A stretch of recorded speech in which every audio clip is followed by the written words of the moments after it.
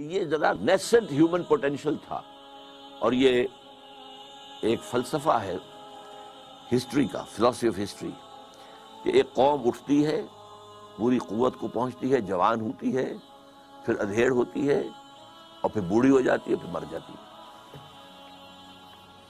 یہ قومیں ابھری، یہ اپنے ان ڈارک ایجز سے نکل کر آئیں، جو وحشت کا دور تھا اور وحشیانہ جو انداز ان کا تھا، اس سے نکل کر آئیں۔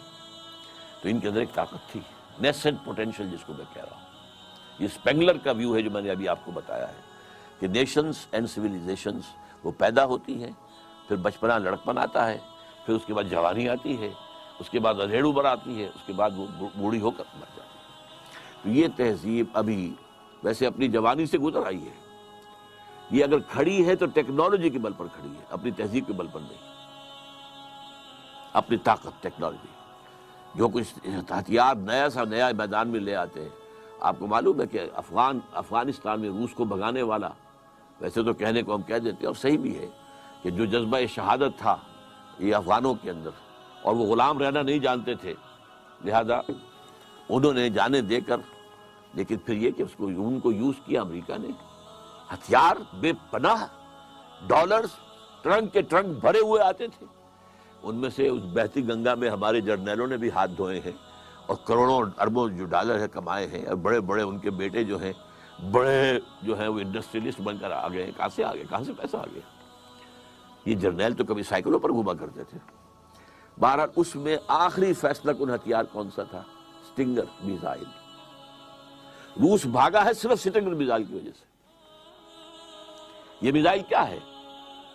ہیلی کاپٹر آیا، گن شپ ہیلی کاپٹر سب سے بڑا ہتھیار تھا رشیا کا، اور اسے بچنے کی کوئی شکل نہیں تھی۔ ایسے بھی وہ بم لے آیا تھا کہ اگر جو بم آ کر پھٹے گا پہاڑ کے اوپر لگے گا، وہ پھٹے گا نہیں، بلکہ اس کا برما چلنا شروع ہو جائے گا، اور وہ اس کو کھودتے ہوئے اندر پہنچ جائے گا، جہاں جا کر خلا آئے گا تب پھٹے گا۔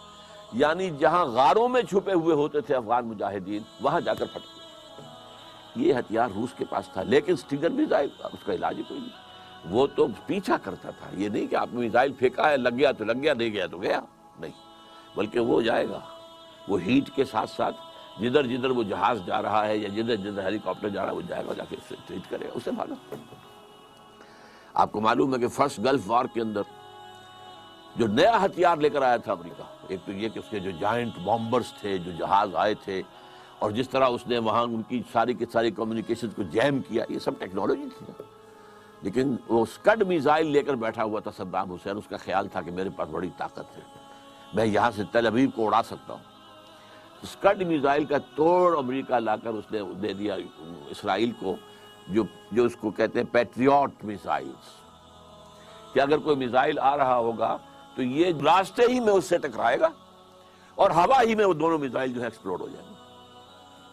اسکڈ میزائل کا علاج نکال دیا۔ اب پتہ نہیں اور کیا کیا ہتھیار ان کے پاس ہے، لیکن اس وقت ان کی تہذیب، اگر کہیں اسے تہذیب، ورنہ تو واقعہ یہ ہے کہ جو علامہ اقبال نے کہا تھا کہ دیار مغرب کے رہنے والوں، خدا کی بستی دکان نہیں ہے، کھرا جسے تم سمجھ رہے ہو وہ اب ذرے کم عیار ہوگا، تمہاری تہذیب اپنے خنجر سے آپ ہی خودکشی کرے گی، جو شاخ نازک پہ آشیانہ بنے گا ناپائیدار ہوگا۔ یہ جو پروفیسی کہہ لیجئے اقبال کی طرف سے جو پیشن گوئی تھی، 100% پوری ہو چکی ہے، تہذیب مغربی مر چکی ہے، یہ صرف سائنس اور ٹیکنالوجی کے بل پر کھڑی ہوئی ہے۔ اور اس کی مثال میں دیا کرتا ہوں، جیسے حضرت سلیمان کا آپ نے سنا ہی ہوگا کہ وہ ایک عصا کے ٹیک لگا کر کھڑے رہے، اور جنات کو جو بھی کام دیا گیا تھا اس کو سپروائز کرتے رہے، اسی حالت میں انتقال ہو گیا، جان نکل گئی، لیکن کھڑے رہے، وہ لاش کھڑی رہی، یہاں تک کہ دیمک نے چٹ کیا ہے عصا کو، عصا گرا ہے تو حضرت سلیمان علیہ السلام کی لاش گری ہے۔ اسی طرح دیمک چٹ کر چکی ہے اس تہذیب کو، جس کا سب سے بڑا مگر میں آپ کو بتا چکا ہوں کہ عنقریب ہماری قوم کی اکثریت جو ہے وہ حرامزادوں پر مشتمل ہوگی۔ دس از دیئر سویلائزیشن۔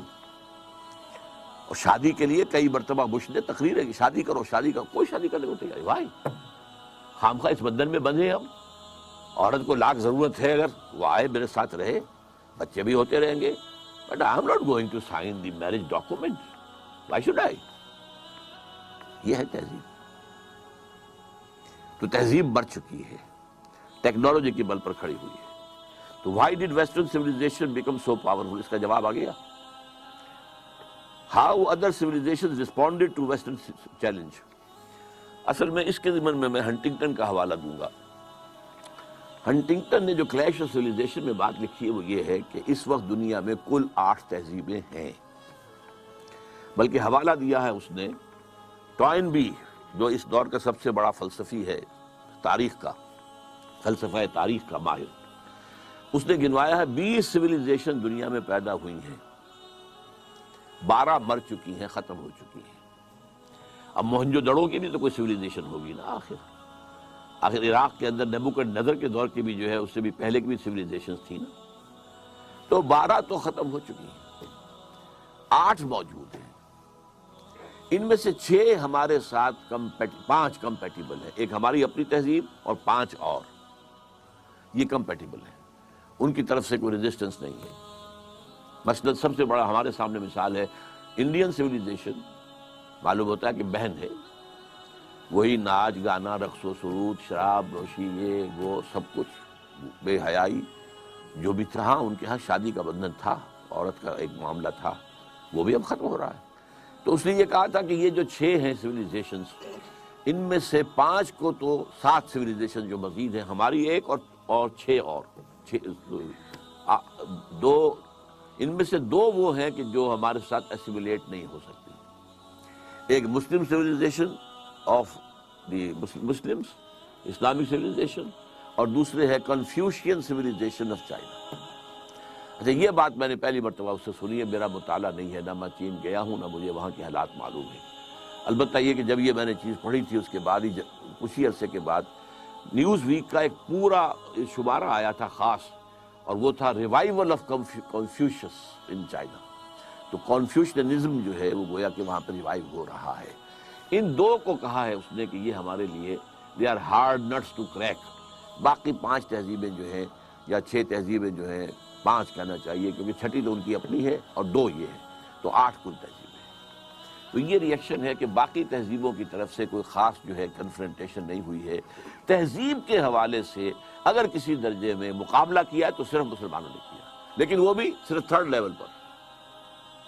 ریاست کی سطح پر سیکولرزم پورا تمام اسلامی ورلڈ جو ہے وہ قبول کر چکی ہے. انٹرسٹ بینکنگ کی بنیاد پر معیشت کا نظام پوری مسلم ورلڈ قبول کر چکی ہے. صرف جو لوور اسٹیٹم ہے، دی لوور اسٹیٹم آف سوسائٹی، یہ شرم حیا، کوئی شادی بیاہ کے معاملات، کوئی جو ہے عصمت اور عفت کی بھی کوئی اہمیت، اور یہ کہ خاندان کی فیملی کی لائف کا بھی کوئی اہمیت ہے، خاندان کے ادارے کے مضبوط ہونے کی بھی کوئی ضرورت ہے، بڑے بوڑھوں کی خدمت کرنا جو ہے وہ گویا سے ایک طرح کی عبادت.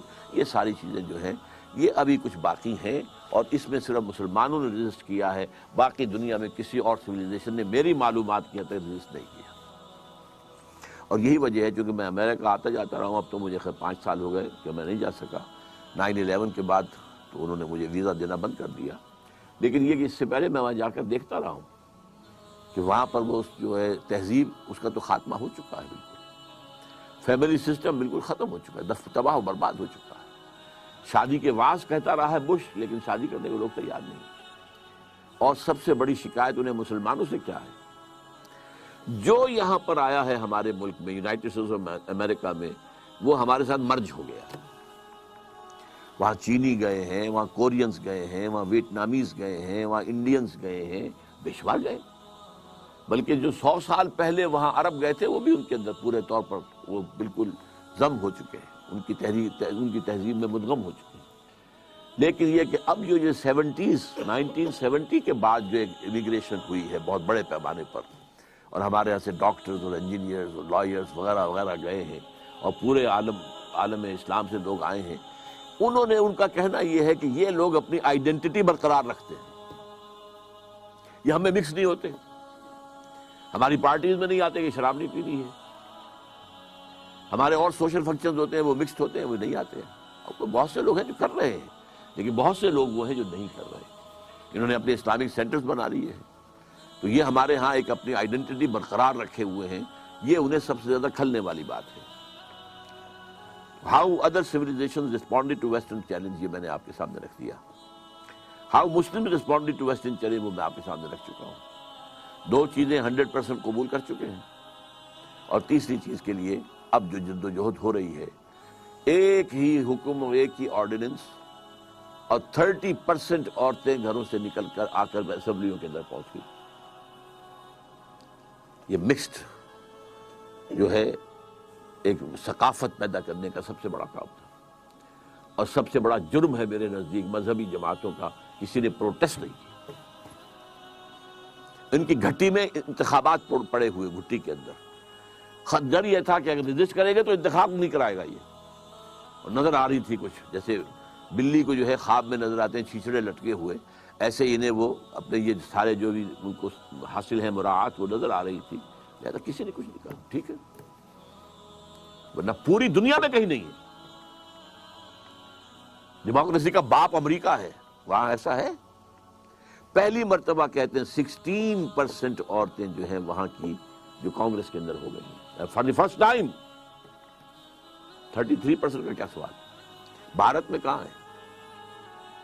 اور وہ عورتیں جو ہیں ان کی کوئی فکسڈ کوٹا نہیں ہے وہاں پر، ہاں کوئی عورت ہے وہ اپنا الیکشن لڑتی ہے، ہمارے ہاں بے نظیر لڑتی رہی ہیں، یہ عابدہ امام جو ہیں وہ لڑتی رہی ہیں، عورتیں لڑتی رہی ہیں، شاید تہمینہ دولتانہ نے بھی لڑا ہوگا، واللہ عالم، لیکن یہ کہ وہ اپنے مقابلہ کر کے سامنے آتے تھے، یہ نہیں تھا کہ اب جو ہے پروونشل اسمبلی کے ممبرز بیٹھے ہوئے وہ عورتوں کو جو ہے وہ 33% عورتوں کو نامینیٹ کریں گے، اور اب ان کے جو بھی انٹرسٹ ہوں گے اس سے وہ خود کیا حاصل کرنا چاہیں گے اس کا آپ اندازہ کر لیجیے، مجھے کچھ کہنے کی ضرورت نہیں۔